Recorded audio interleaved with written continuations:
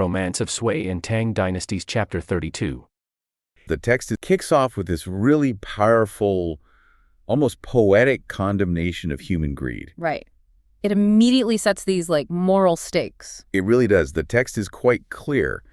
It suggests that, well, regardless of your station in life, merchant, monk, scholar, doesn't matter, most people are basically driven by avarice.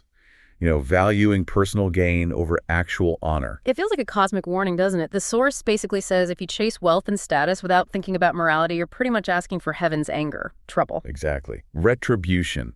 Only great heroes, the text says, treat things like fame and wealth like worn shoes. Like they just don't matter. Right. Everyone else. According to this source, they're heading towards the deep fire pit. So this heavy philosophical setup, how does it connect to canals? It's the necessary backdrop, I think.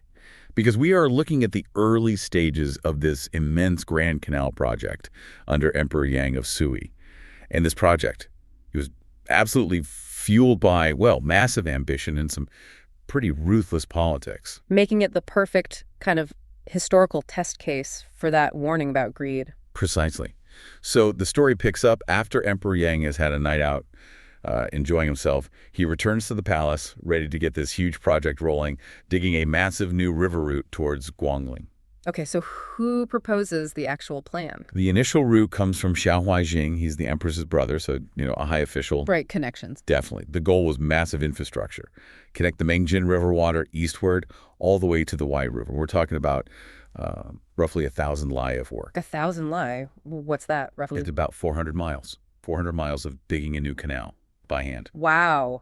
Okay, 400 miles sounds like a massive engineering job, but you hinted there was more to it, something darker baked into the route. Yes. The specific reason given for routing it through one particular place, Suyang. That's the key. Why Suyang? Well, this is where the politics gets really interesting and a bit weird.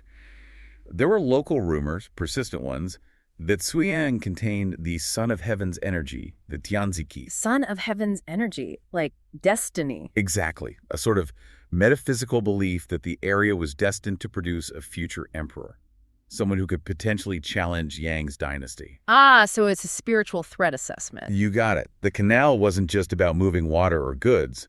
Cutting through Suyang was meant to physically dig up and, well, sever this potential threat. Cut the magic connection. Pretty much. Destroy the Tianzi before anyone could use it. It was like a preemptive strike against fate itself. Okay, that's definitely a layer beyond just digging a ditch. And if that's the motive, what about the people put in charge? Does that tell us anything? Oh, absolutely. The personnel choices really show the ruthlessness. To oversee the digging, the emperor appoints Ma Shimu. And what's his reputation? The sources are explicit. Known for his cruelty and, very relevant to that opening poem, his greed. Perfect guy for a job built on ambition and ignoring the cost. You could say that. And his appointment immediately triggers some dangerous political games back at court. How so? A court rival, Yuan Shu, sees an opportunity. He suggests appointing Li Yuan as deputy commissioner. Now, Li Yuan is the powerful military governor of Taiwan. Sounds like a big job, maybe a promotion. On the surface, yes. But the source material is crystal clear. It was a trap. Okay, what was the real goal? Yuan Shu wanted Li Yuan out of his secure power base in Taiwan. He wanted to put him in charge of a project where failure, or at least massive public resentment, was basically guaranteed. Giving the court an excuse to get rid of him. Exactly. Find fault, destroy him. It was a classic poison chalice appointment. So how did Li Yuan react? Did he see the danger? His family certainly did. Particularly his daughter, Li Shi, and her husband, Chai Xiao. They knew immediately this wasn't just about, potential administrative failure. This job meant becoming the face of suffering for millions. It meant incurring the hatred of all those people being forced to work. Right. Massive, lasting hatred. So they moved fast, faster than the imperial bureaucracy. What did they do? They quickly arranged for Li Yuan to feign a really severe illness. But you can't just call in sick to the emperor. No, I imagine not. So how did they make it stick? Needed leverage, right? Exactly. Yeah. And Chai Xiao knew how to get it. It involved understanding where the real back-channel power lay at court. Money and connections? A lot of money, yes. Gold. And crucial connections. Chai Xiao specifically targeted Zhao Yu, another relative of the empress, and Yuan Jing, who was a key court favorite. People with the emperor's ear, or the empress's at least. Precisely. The kind of people who can navigate those treacherous political waters on, well, broker a deal, smooth things over. So quick thinking, maybe some strategic bribery. It actually worked. It did. Li Yuan successfully pleaded illness. He was replaced by someone named Ling Huda, and Li Yuan was allowed to stay in Taiyuan to recover. Safe for now. Wow. It's a stark lesson right there, isn't it? Sometimes survival meant dodging the emperor's orders, not fulfilling them. That's a crucial takeaway from this part of the story. Political agility trumped loyal obedience if you wanted to survive. Okay, so Li Yuan dodges this political bullet. But the immense danger he avoided, it didn't just disappear. It landed squarely on the people who had no escape route. Exactly. And this is where we shift from the court intrigue to the sheer, terrifying scale of the human cost. The standards set for this canal were just enormous. How big are we talking? It had to be 15 zhang deep and 40 bu wide. Now for us today, think roughly 50 feet deep. 50 feet. Deep and about 200 feet across. This wasn't just digging a ditch, it was carving an artificial river out of the landscape by hand. Okay, the scale is mind-boggling. How many people did it take? The manpower figures are staggering. The records state the forced conscription of 3.6 million male laborers. 3.6 million. Million. Men aged between 15 and 50 dragged from their homes in Henan and Huaibei. That number alone is hard to grasp. But wait, it gets worse. That's just the diggers. On top of them, another 720,000 support staff were conscripted. Support staff? Women, the elderly, even children. One person taken from every 5 families. Their only job was to manage food and cooking for the laborers. So we're talking nearly 4.5 million people in total. Their lives just completely upended for this canal. Yes. Instantly rearranged, sacrificed for this imperial ambition. The sheer scope is almost unimaginable today. And how did they manage such a massive, unwilling workforce? Brutally.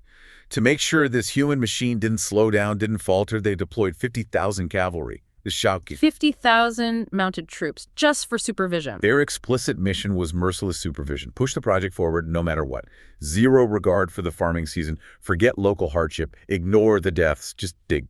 The orders were literally to destroy anything in the way, right? Houses, fields. Everything. Mountain stones, homes, even ancestral graves. Dig it all up.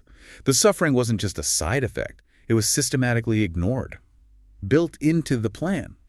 There's a grim irony here. You have this level of pitiless state-enforced efficiency under someone like Ma Ximou. But even that wasn't enough, was it? No. And that's the critical pivot in the narrative.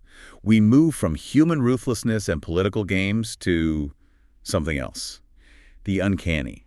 Because the digging soon hit 3 bizarre, unearthly roadblocks. Obstacles that couldn't be solved by just throwing more bodies at it or cracking the whip harder. Exactly. Problems that brute force couldn't fix. The first one happened near Daliang. Workers unearthed this massive stone structure, like a house, sealed with huge stone doors. And they couldn't open them? Couldn't budge them. They tried everything. Ling Huda, the replacement supervisor, he recognized this wasn't normal. What did he think it was? He believed they'd stumbled onto something sacred, an immortal's tomb, maybe an ancient spirit's dwelling. He insisted they couldn't just smash their way through. So what did they do? The guy's known for cruelty and greed? Well, Ma Ximou and Ling Huda, the 2 guys overseeing the suffering of millions, they had to perform a ritual, put on robes, burn incense, formally announce the emperor's decree to the stone doors. Seriously, they had to ask the tomb for permission. Essentially, yes. And only after they did that, the source says with a sharp noise, the massive doors just swung open. Gently. Wow. What was inside? It was a shock. Hundreds of oil lamps, still burning brightly, making the inside like daylight. And in the center, this incredibly preserved body. Preserved how? Described as having a red-white complexion, fat like jade. Basically looked like he just died. But the hair and fingernails were incredibly long over a chi, which is about a foot. Okay, that's creepy. But there's more, right? The prophecy. Yes. They found a stone slab with writing in tadpole script, this ancient form. They found a local hermit, supposedly over 100 years old, to translate it. Right. It identified the body as a great gold immortal who had died 1,000 years before. And crucially, it prophesied that he would meet Ma Ximou by name. Ma Ximou, the cruel project manager. His name was in a 1,000-year-old prophecy. Exactly. The prophecy said Ma Ximou would find him, and that the immortal would then ascend to heaven after another 1,000 years. So Ma Ximou, this brutal overseer, is suddenly part of some ancient cosmic destiny. It completely flips the script on him, doesn't it? His earthly cruelty seems connected to this predetermined supernatural event. Yeah. Like he's just a tool in a much larger, older plan. He was apparently astonished and reverently had the immortal moved and reburied. Wild. But not all the encounters were quite so cooperative. No, definitely not. The second incident near Shenlu was pure hostility from the other side. What happened there? The work just stopped dead. A sudden, violent storm blew up out of nowhere. Fierce winds, ice hail. It injured countless workers, just devastated the site. A freak weather event. Maybe. But the local elders had an explanation. They said it was the powerful spirit of Zhang Liang. Zhang Liang, the famous Han Dynasty strategist. His ghost. That's what they claimed. They said his spirit was actively protecting the local boundaries, and the storm was his warning. Get out. Did the officials, like Ma Shimu, just laugh that off? Not at all. That's what's fascinating. Ma Shimu felt compelled to report this incident, the storm and the local explanation about Zhang Liang's ghost, all the way back to the emperor. And the emperor, did he tell them to just keep digging? No. Emperor Yang took it seriously enough to send a high-ranking official, Niu Hong, from the capital. What for? To investigate. To make peace. Niu Hong arrived with a formal written decree, basically a message to the spirit, carried the official state seal, and brought a pair of white jade discs specifically for an official sacrifice to appease Zhang Liang's spirit. Wow.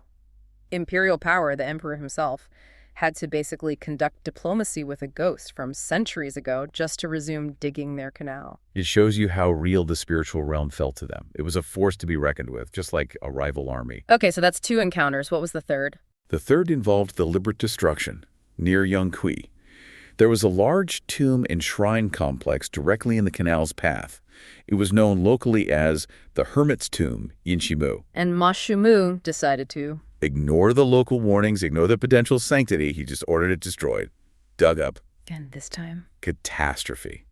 As the workers broke through the third layer of stone in the tomb, the ground just collapsed with a sound like a mountain breaking. Oh, wow. Many casualties. Yes. The text says many laborers were killed and injured in the collapse. It left behind this huge hole, an abyss, maybe 20 or 30 feet deep. It's just a pit. Not just a pit. At the bottom, they could see this strange glowing light, and they could hear faint sounds like bells and drums coming from the depths. The description is evocative. It looked like a dry sea, suggesting it was impossibly deep, maybe bottomless. Nobody dared go down. No one. Way too dangerous, too mysterious. And into this walks our main guy, Naguaxi. He's described as physically huge, like 8 feet tall, massive waist, but he's presented as a good man. Right, a figure of integrity, ironically working under this corrupt boss, Ma Shimu. And Ma Shimu tasks him with investigating. It's a big hole near an old hermit's tomb. And there's this strange light glowing from inside it. Ma Shimu, being the kind of guy he is, just sees it as a problem to be dealt with. He basically says, go check it out. Consider it your first job for the canal project. Yeah, so Naguaxi has to basically rappel into a glowing hole. Pretty much. And this descent, this is section 1, the unexpected otherworld. It's where everything changes for him. His preparation is really telling, too. Oh, yeah. How does he get ready? He takes it very seriously. He takes off his fancy official robes, puts on tight armor, grabs a special sword. Okay, so he's expecting trouble. Definitely. And they set up this whole system. A big bamboo basket, a really long rope, dozens of feet, and they attach a bunch of large bells to the rope. Bells, why bells? For signaling. It's this amazing touch of like bureaucratic procedure even when you're exploring the supernatural. Got to have communication protocols, right? Right. So down he goes. What happens? Well, first it's just dark. But once he's out of the basket and walks maybe 40, 50 steps, suddenly there's light. He stepped into what the text calls. Which means? Another world entirely. A place that still has its own sky and sun. It's completely separate from the world above. Wow. Okay. And seeing this, it affects him. Massively. The text is very specific. That desire for, fame, career advancement, making a name for himself, combing Xenion, it just evaporates instantly. Why? Because he realizes the world he knows isn't the only one. Exactly. He sees this heaven beyond heaven, and suddenly all the striving and scheming up top seems, well, small. Limited. And this kind of cleanses his perspective, sets him up for what he's about to witness. It's like a forced enlightenment moment. So what does he find in this other world, this enlightened official? He finds this amazing stone dwelling, a Dongekdane. It's built from white stone, looks like a prince's palace, even has stone lions guarding it. It's clearly a place of power. Okay, so not just a cave. An underground court. Yeah, seems like it. Right, this is where it gets really bizarre. He hears a noise. Yeah, this rhythmic thudding day shung coming from one of the stone rooms. He's being cautious, investigating. So he peers through a window. And what does he see? Brace yourself. Yeah. Chained to a stone pillar with this huge iron chain is a monster. A monster? Like what kind? The description is vivid. Sharp head, thief eyes, short legs, fat body. And it's about the size of an ox. Okay. What is it? After a second, Dequaxi figures it out. Yeah. It's a rat. A giant rat. An ox-sized rat? Seriously? Seriously. And his first thought, hilariously, is, if the rat's this big, how big is the cat? Huh. A moment of practical thinking amidst the absolute weirdness. Right. But before you can really process the giant rat situation, this attendant appears. Very graceful, looks like a Taoist immortal dressed in yellow. And this attendant knows Dequaxi's name immediately, which is a huge sign, right? Yeah. This place knows who he is, unlike his earthly boss who just sent him down a hole. Definitely signals something else is going on. So the attendant leads him where? Into this spectacular main hall called Jua Hall, and inside sits the ruler of this place, Huang Fujun. Huang Fujun. And what's he like? Looks just like an emperor. Dragon robe, fancy jeweled crown, the works. Surrounded by officials and these really fierce-looking guards. Very imposing. So Dequaxi, being the good official he is, probably bows and explains himself. He does. Performs all the proper courtesies, explains he's just there on Ma Xumi's orders, exploring. But Huang Fujun isn't interested in that, is he? This is the point. Not at all. This is the core allegation. Huang Fujun basically scolds him for respecting the current emperor, Yanggi. And then he orders the guards to bring forward the giant rat, which he calls Emo. Emo, and he makes the connection explicit. Absolutely explicit. The corrupt, terrible Emperor Yangdi is, in this spiritual reality, this monstrous rat. It's not just that he's like a rat, he is one. Wow. Okay. What are the charges against Emo? They're incredibly specific and damning. Huang Fujun lists them out. Abusing the common people, poisoning them, basically ruining their lives, engaging in boundless licentiousness. And this one's key, digging up the bones of the dead. Digging up bones. Why is that charge so significant, and why a rat specifically? Well, the rat is perfect symbolism, isn't it? Rats, in the traditional view, they hoard, they consume relentlessly, and they burrow, they dig, often undermining foundations. Okay, I see. Emperor Yangdi's big sins were exactly that. Consuming vast state resources for his vanity projects like the canal, treating people like dirt, forced labor, and the digging up bones, that's like desecrating history, ancestral lines, the very foundation of society for his own gain. So the emperor is this hidden gnawing force eating away at the state. That makes sense, a really potent symbol. So Huang Fujun lays out these charges. Then what? Judgment time. He orders one of the fierce guards to beat the rat with a heavy club. And the reason given is to vent the anger of men and ghosts. It's about cosmic retribution. Does the guard do it? Yes. The first blow lands, and the rat lets out this howl like thunder. It's clearly agonizing. But the second blow doesn't land, right? Something interrupts. Exactly. Just as the guard raises the club again, another figure appears, a second child attendant descending from the sky holding a heavenly edict, a Tianfu. A message from heaven itself, halting the punishment. Precisely. Cosmic bureaucracy in action. But wait. If the emperor rat is so awful, why would heaven stop the beating? Doesn't that kind of undercut the whole justice thing? That's the really interesting, complex part. The edict explains the situation. The rat's reign, its Guoyun Shu, its sort of allotted time or destiny was set for one cycle, Yeji. Yeah. And crucially, that cycle wasn't finished yet. Its time wasn't up according to the cosmic schedule. Even though he's terrible, the divine court has to follow the rules, the predetermined fate. So justice delayed is divinely mandated. In this case, yes. The punishment is postponed for 5 more years. After that, the edict says the rat must be killed, specifically by strangulation with a silk scarf, Lian Jin Jin. Wow. So it gives a specific time frame for the dynasty's fall. Exactly. And Huang Fujun tells Dequaxi, remember this, you'll see it confirmed in the mortal world. This turns the whole vision into a prophecy, kind of divine seal of approval for opposition to the emperor. That's heavy stuff. But it's not just the emperor who gets a message, right? What about Dequaxi's boss, Ma Xumu? Right. Ma Xumu gets his own special mention. Huang Fujun calls him basically an irredeemable villain, someone who got power through pure wickedness, Senor Daisy Hengxing. And he sends a message back via Dequaxi. Yes, a very specific, very ominous one. Huang Fujun tells Dequaxi to tell Ma Xumu, thanks for destroying my Terra City. His terrace city, what does that mean? It seems Huang Fujun is saying that Ma Shimu's canal project, the very reason Diguoxi ended up down there, actually damaged or destroyed part of his underground palace complex. Whoa, so the earthly corruption literally impacts the divine realm. It seems so. Ma Shimu accidentally committed a crime against this hidden court. And as thanks, Huang Fujun says he'll send Ma Shimu 2 gold knives the following year. Which are probably not a thank you gift. Almost certainly not. It sounds like the instruments of his execution delayed by a year as payback. Okay, message delivered. How does Diguoxi get out? It's quick and weird. A green-robed official leads him out, but through a different way, into a forest. And after just a few steps, the official just vanishes. Oh, Poof. And then Diguoxi looks back, and the entire palace, the white stone dwelling, everything gone, just trees. Undeniable, yet utterly impossible. So he's back on the surface or somewhere else? He seems to be somewhere near the surface, maybe. He stumbles into what looks like a normal village near a mountain, and he needs to process this, right? So he tells his story to an old man he meets there. And the old man. The old man laughs and says, basically, that explains it.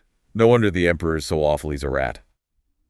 He confirms the vision from a place of, worldly wisdom. So the old man provides the human validation. Exactly. And more than that, he gives Diguoxi advice. He says the emperor and Ma Shimu are doomed. Their downfall is coming soon. And he tells Diguoxi, you need to get out. Stop serving these tyrants. The old man spells it out. Resign your post. If you're not an official, no one can order you around. It's the path to moral safety. Practical advice grounded in the supernatural revelation. Right. Diguoxi eats, takes the advice to heart, and leaves the village. But then Let me guess. He looks back. he looks back after just 10 steps, and the village is gone. The old man, the houses, everything. Just strange rocks and pine trees. Wow. So the confirmation and the advice were also part of the supernatural experience. It seems so. The message is consistent. The truth comes from beyond the ordinary, and the right action is to withdraw from the corrupt system. Which brings us to the aftermath. Diguoxi has to go back and face Ma Shimu. Yeah, that goes about as well as you'd expect. How does Ma Shimu react to the story of the giant rat emperor and the vanishing palace? He completely dismisses it, calls it a fanciful tale, Sudanziyan, accuses Diguoxi of making it all up, maybe faking illness just to scare him or get out of work. Total denial. Because it doesn't fit his materialistic, power-focused worldview. Exactly. But Diguoxi believes it. He's seen the mandate of heaven is against these guys. He decides he absolutely cannot serve these. The text calls them jackals, chanong, who prey on the people. So what does he do? He can't just quit, can he? He uses a classic out for officials in a moral bind. He feigns madness, makes a big show of losing his mind, and manages to get his resignation accepted. Then he just heads home. Okay, so crisis averted. He's out. He's out. But there's this fascinating final moment of doubt. As he's traveling home, his rational mind kicks back in. Even after everything he saw, the rat, the edict, The vanishing village. even after all that, he starts thinking, wait a minute, how can the emperor of China actually be a rat? That's impossible. As he questions the details. Yeah, he thinks about the blow the rat received. If that really happened, he thinks, shouldn't there be some mark, some pain? Wouldn't the emperor feel it in his actual body?